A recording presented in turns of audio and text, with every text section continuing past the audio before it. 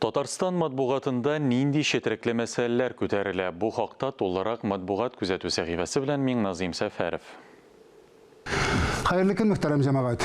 Татар матбугатындагы язмаларны күзәтүне дәвам итәбез. Жанга ашым сала торган күңелсез темаларга керешкәнче, әйдәгез, алда безне нинди кыш көтәсен белешик. Алдагысын бер Аллаһ кына белә дисәк тә, тормыш сынамышлары белән ел фасылларының ничек киләсен алдан фаразлаучы халык синоптикларына никтер ышанасы килә. Шәһри Казан газетасы быел кыш нинди булырга дигән сорауга җавапны Арча районының Ашытбаш авылында яшәүче халык синоптигы Рәис Шәкуровтан әйттергән. Ул китергән барлык дәлилләрендә санап тормыйча гына шуны әйтергә була. Быелгы кыш гадәттәгеләреннән аерылып тормастыр. Миләшнең быел ишелеп уңуы салкын кышка дип юрауга да шарасы түгел икән. Иң дөрес күрсәткеч бал кортларының һәм су кындызларының кышка әзерлеге дигән үзидә умарта тотучы халык синоптигы.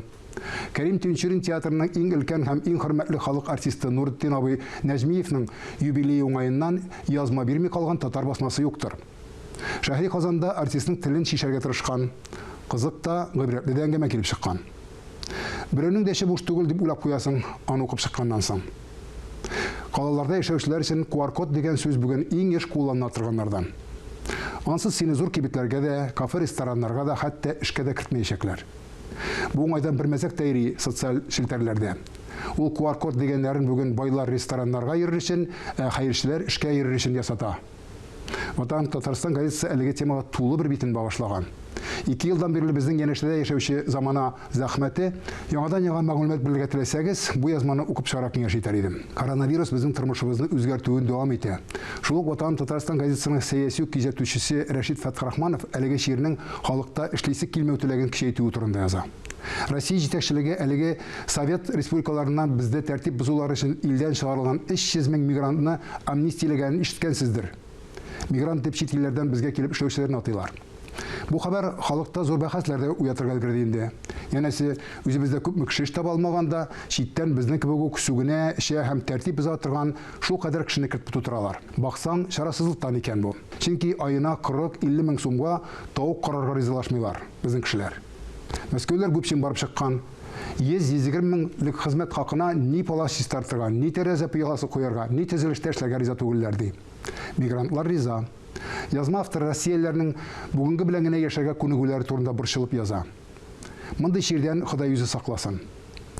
Замана фәтләреннән туйган кешеләргә Сөембикәр журналын укырга киңәш итәр идем. Андагы сыкланырлык гаиләләр, тормыштан тәм табып яшәүче айрым кешеләр, авырлыкларында кешечә уздыра белүче кешеле шәхесләр турындагы язмалар теләсә кемдә өмет уятырлык. Шундый ихлас язмаларның берсе Татарстанның атказанган артисты Нурзәдәнең гаиләсе турында ачыктан-ачык итеп язылган бу мәхәббәт исемлесе. Кызыл эшенә түгел, тормыштан гыйбрәтләр алу өчен укырга кирәк мондый материалларны. Дәүләтле халыклар зур шәһәр мәйданнарында атка һәйкәл куя. Алар я бронзадан, я мәрмәрдән, я чуеннан биек постаментка бастырыла. Бу дөньяда яшәүенә рәхмәтле милләт атка һәйкәл куеп үз-үзен санлавын раслый шулай. Әмма без хәтта Казан ханлыгы нигезләгән Улы Мөхәммәдкә дә атлы һәйкәл куя алмадык дип язган шушарада гомер бәйрәмен билгеләп үткән халык язучысы Марсель Галиев. Аның гадәттәгечә тыгыз, фикере ярылып яткан тормыш кагыйдәләрен укырга тырышыгыз. Аларның һәр кайсында зур фәлсәфә, тормыш фәлсәфәсе ярылып ята. Тормышка фәлсәфи күзлектән карамасаң, бу дөньяда бер көндә рәхәт яши алмассың дигән фикерне күз уңында тотып яшәсәгә дигән теләктә бүгенгә сезнең белән саубуллашам. Исәнлектә күрешик.